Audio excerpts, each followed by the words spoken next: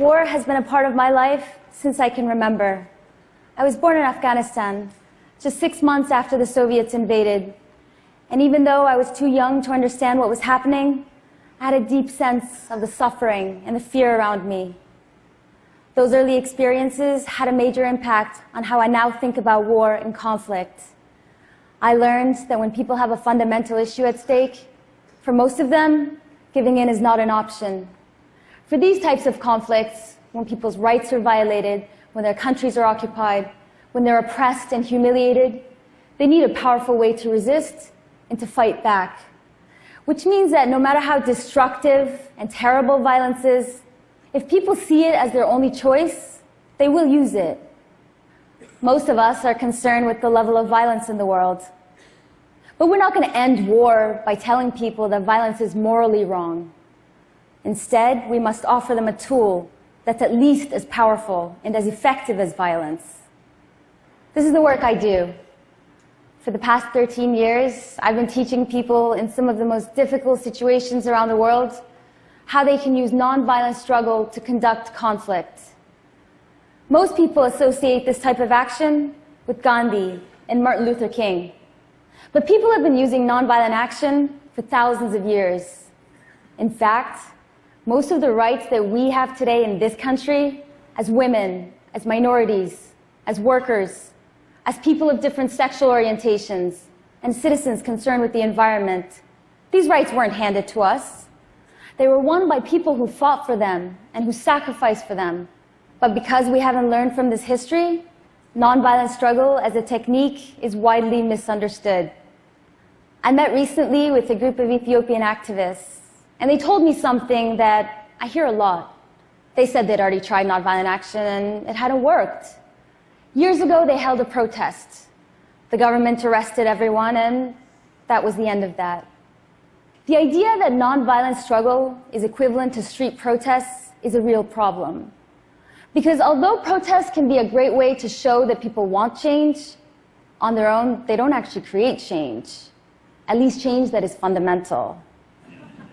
Powerful opponents are not going to give people what they want just because they ask nicely, or even not so nicely. Nonviolent struggle works by destroying an opponent, not physically, but by identifying the institutions that an opponent needs to survive and then denying them those sources of power. Nonviolent activists can neutralize the military by causing soldiers to defect. They can disrupt the economy through strikes and boycotts.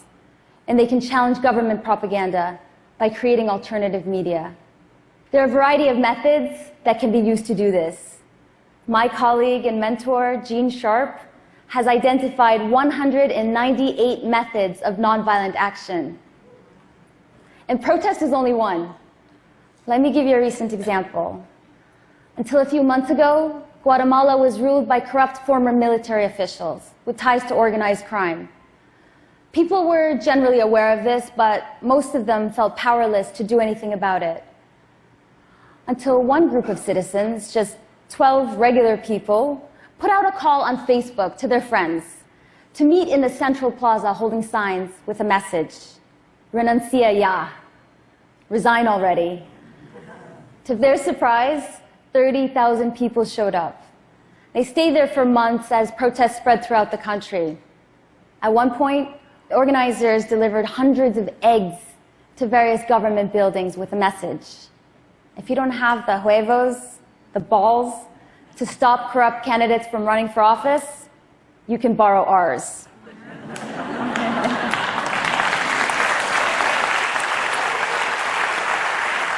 President Molina responded by vowing that he would never step down. And the activists realized that they couldn't just keep protesting and ask the president to resign. They needed to leave him no choice. So they organized a general strike in which people throughout the country refused to work. In Guatemala City alone, over 400 businesses and schools shut their doors. Meanwhile, farmers throughout the country blocked major roads.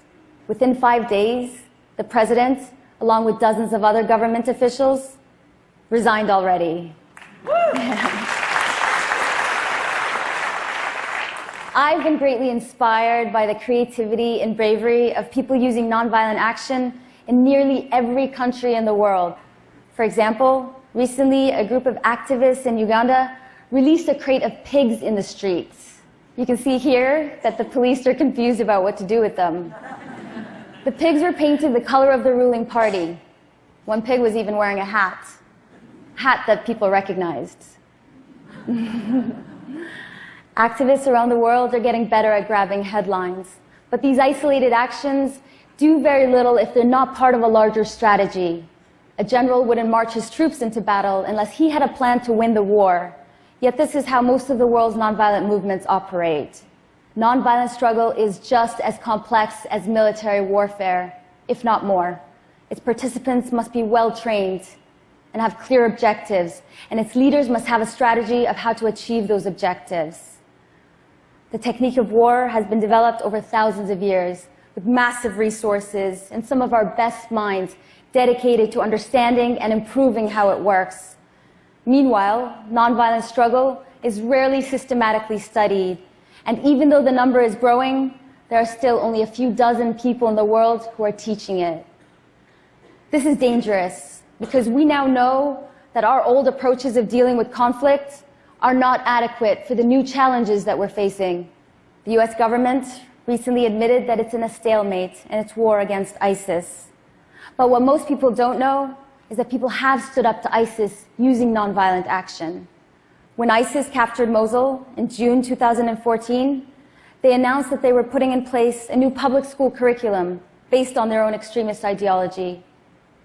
But on the first day of school, not a single child showed up. Parents simply refused to send them.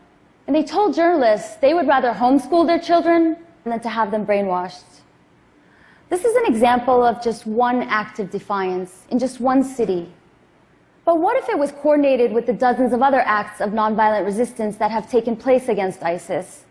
What if the parents' boycott was part of a larger strategy to identify and cut off the resources that ISIS needs to function? The skilled labor needed to produce food. The engineers needed to extract and refine oil.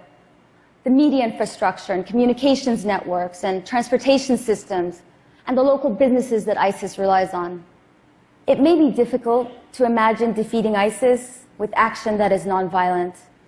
But it's time that we challenge the way we think about conflict and the choices we have in facing it.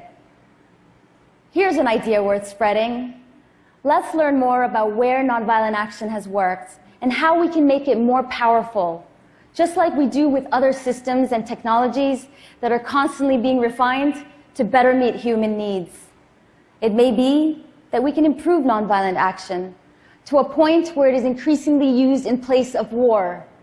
Violence as a tool of conflict could then be abandoned in the same way that bows and arrows were, because we have replaced them with weapons that are more effective. With human innovation, we can make nonviolent struggle more powerful than the newest and latest technologies of war. The greatest hope for humanity lies not in condemning violence, but in making violence obsolete. Thank you.